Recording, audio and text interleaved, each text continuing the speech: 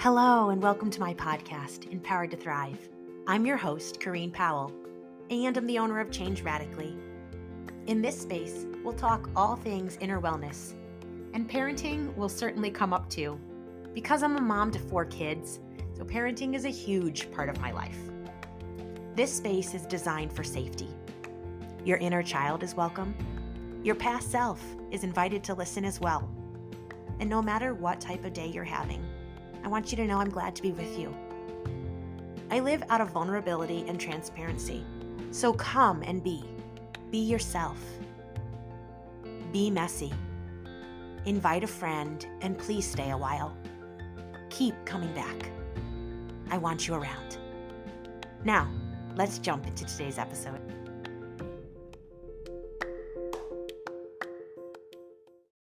Hello there, friends. Always good to be with you.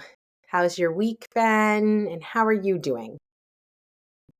We're going to chat today about signs of codependency and red flags in a relationship.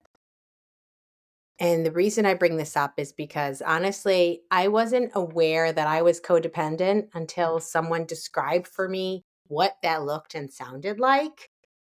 And I didn't recognize all the ways it was affecting numerous relationships of mine. So sometimes it just helps to talk about something to get a bigger understanding of it. So for you, when you hear codependency, what comes to mind?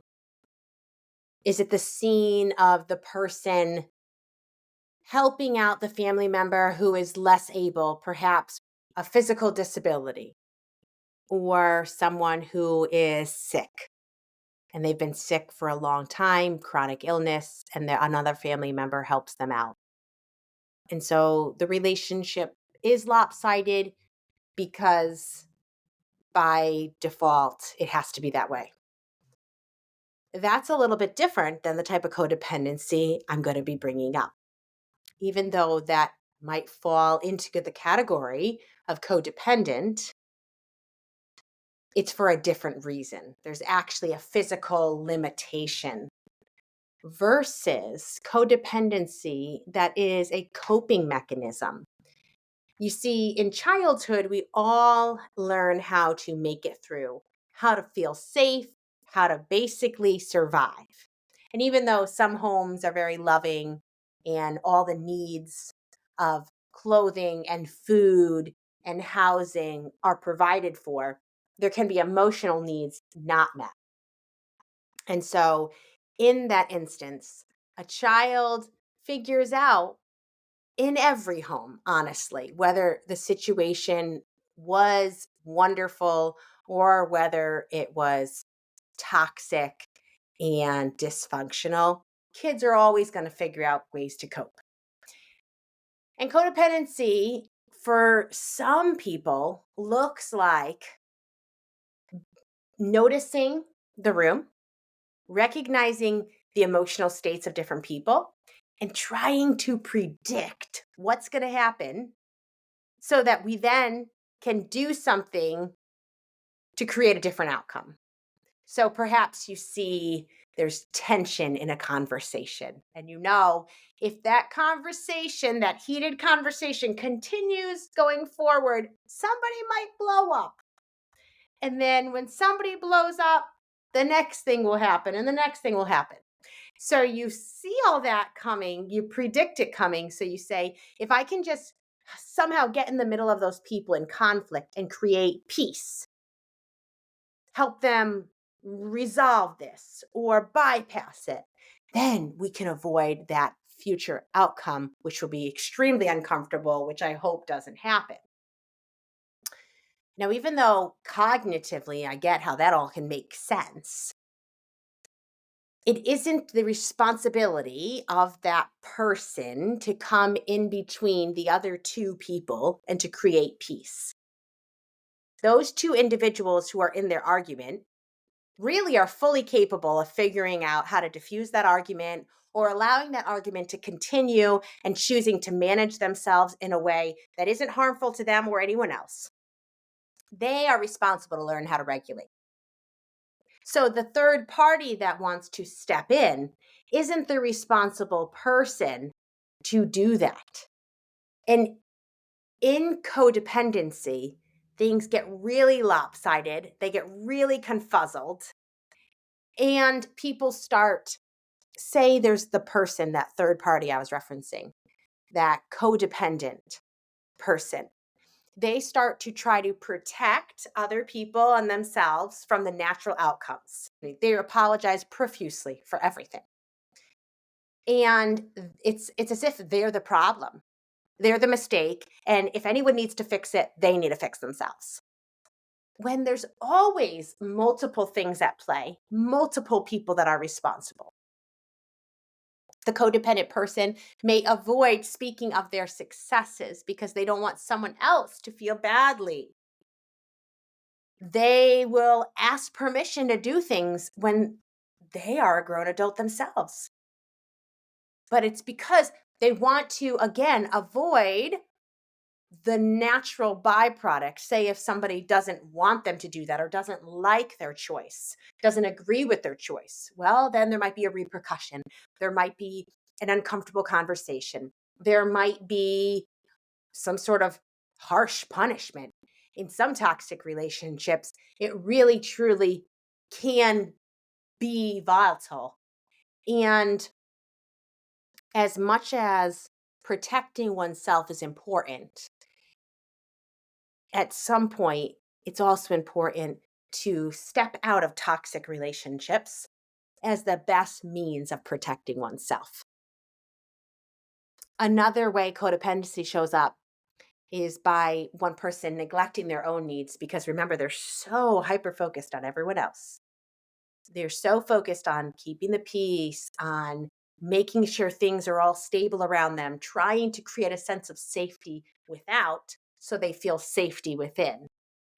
In that process, they neglect their own needs. They don't even know what their likes and dislikes are. And they run depleted because everyone else is their focus. Everybody else gets their attention. Everybody else gets their energy and their time. And they may be internally frustrated and not even aware of it. For me, this looked like packing my husband's lunches. But here's the thing.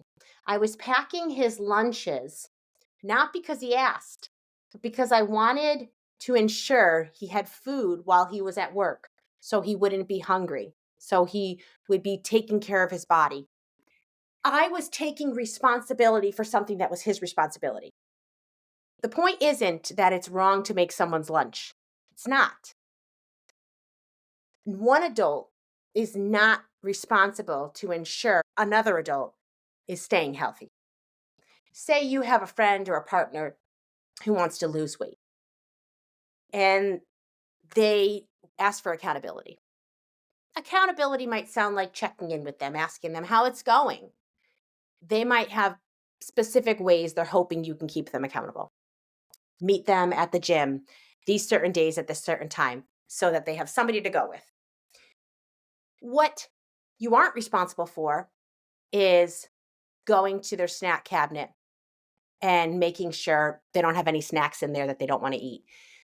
You aren't responsible to be over their shoulder or to act like a parental figure. You aren't the one needing to control their choices. They need to figure out how to manage themselves. Again, accountability is not a problem. But when things become lopsided and one person takes more responsibility for another person than is theirs to take, that's when it becomes toxic. That's when we deserve to take a hard look at things and come to terms with, am I doing more than I need to do? Am I allowing this other person their own autonomy? And even if they don't want their own autonomy, they deserve their own autonomy. So you saying, no, I have a boundary that I'm not going to overstep. I'm not actually going to critique what they eat. I'm not going to be the fly on the wall that says you shouldn't be eating that. You shouldn't, remember you're on a diet. That is not the way it should be. More often than we do, we need to shut our mouths and to not actually say all the things we think and not give our opinion out to people who aren't asking for it. Adults and children both need to be treated with all that respect. Now, of course, child and parent relationship is going to look different than parent to parent, like adult to adult. But even parent to child, codependency can show up. If I don't want my kids to have explosive outbursts, I may pacify them to avoid that outcome I'm uncomfortable with.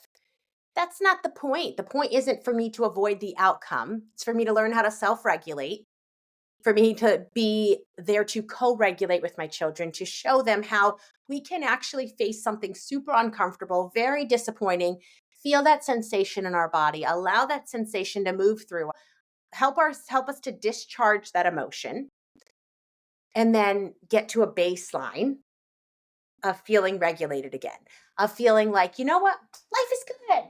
I was disappointed, but I was able to move through that disappointment. And now I see something else I can be excited about. That's the natural progression that oftentimes gets hijacked and people get stuck in their disappointment and they cannot get past it. They get stuck in their tantrum and they can't move through it. And so, if you're hearing what I'm saying and you're considering your relationships and you're thinking, you know what, I think actually this shows up in my relationships as well.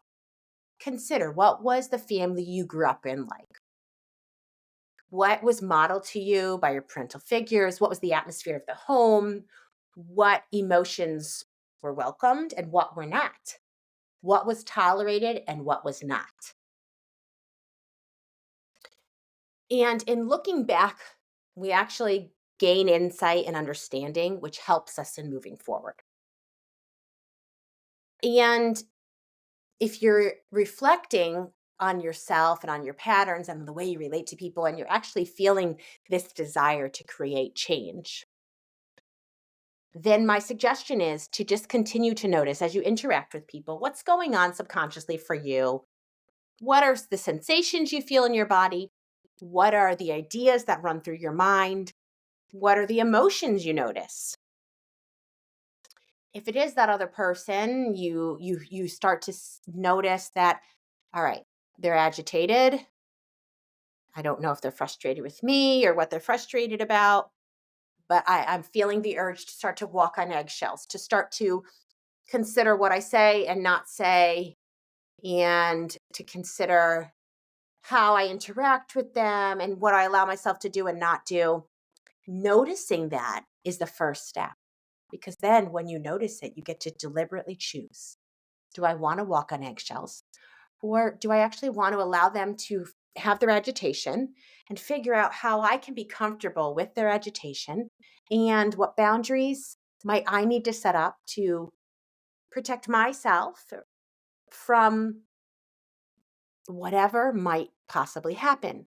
But remember, protecting yourself doesn't mean stopping the natural process that other person may go through or should be allowed to go through.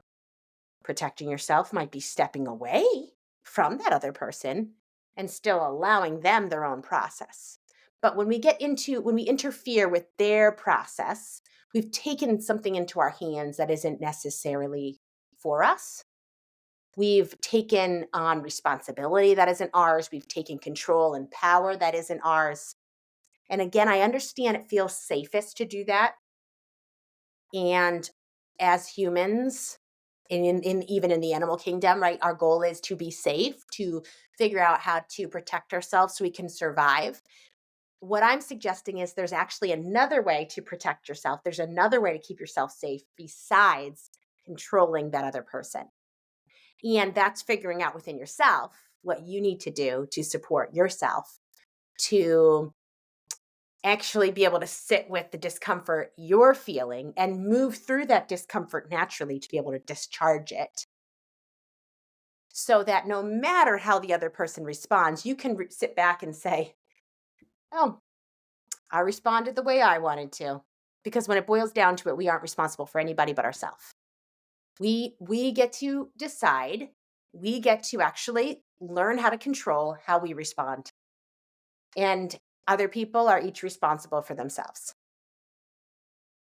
And of course, I can help you in this. I can help you heal and change the patterns if this is something that you really do want in your life, that you want to change. I've done it within myself. It's what I help other people with as well. And I think it's worth bringing up that as a codependent person, we can often feel taken advantage of by other people because you see, we say yes to so many things. We bend over backwards for people. We're the most amazing partner and parent and friend, that we don't have our needs met. We don't allow people to meet our needs. We don't allow ourselves to even have needs. And we may be internally frustrated or externally frustrated because, hey, why isn't somebody doing for me? Why don't they notice? And some people, sure, they're just going to take advantage. But other people don't realize that they're taking advantage because they're just going along with the pattern that you've set for them. They have a need, they ask for your help, you say yes. It's not actually wrong for them to ask for help when they have a need. It's your responsibility to decide if you're going to meet that need. If you want to, if you're able to, if you have the resource within you to. Now, if somebody can't respect your boundaries over time, you say, "No, I can't." And they push against it. And in the future, you say, "No, I can't." And they push against it. And they never get to this place where they're like, "All right, I respect that. I get it. You can't do it. I know you care. And for whatever reason, you're not able to help me out right now. And that's all right." Then it may be that this type of person needs to be somebody you distance yourself from.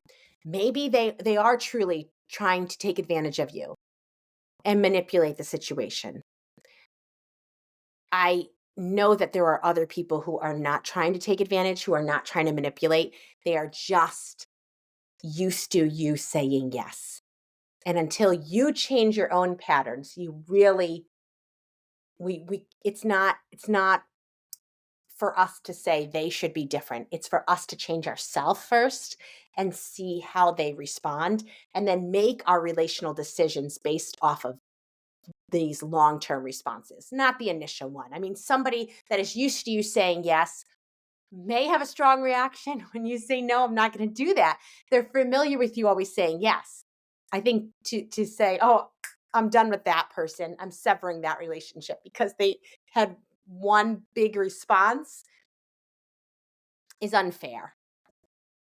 But if they aren't able to get used to the boundaries you place and respect those boundaries, then yes, certainly they may be a relationship that you need to let go of. And that's for you to decide, for you to observe and consider within your own life. So as I wrap up, I just want to remind you that you deserve equal support as you give other people. You deserve to care for yourself in the same beautiful way you care for other people. And you deserve to receive care from others. It's all right to have needs. It's very normal to have needs. You're allowed to have needs. We all enter this world being needy, and we will always have needs. Learning how to support ourselves will look like learning how to meet our own needs and learning how to ask other people for help as well. And I hope that as you've listened, if you felt like, "Oh my goodness, Kareen, you're sharing things that are really hitting home for me," that you don't leave feeling overwhelmed, that you leave feeling empowered, that you know what? There is change available. If you want to live with different patterns, if you want to be a different person, if you want to stop doing for everybody else and allow yourself to receive, it's possible. I can help you experience that, or you can find another supportive person to help you experience that. But the best is yet to come. There is so much good ahead for you, and I hope you start to experience it all.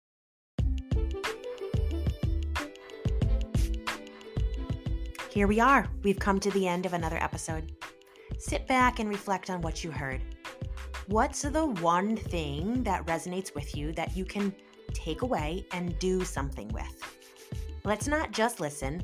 Let's listen and take action. Now, action may look very different for us, but it's doing something with what we hear. I hope that you'll share today's episode with a friend that you think would also enjoy it. And please come back next week. I hope that you have a fabulous week and that you remember when you pillow your head at night, when you're going through your days, that who you are is good. And I'm glad that you're alive.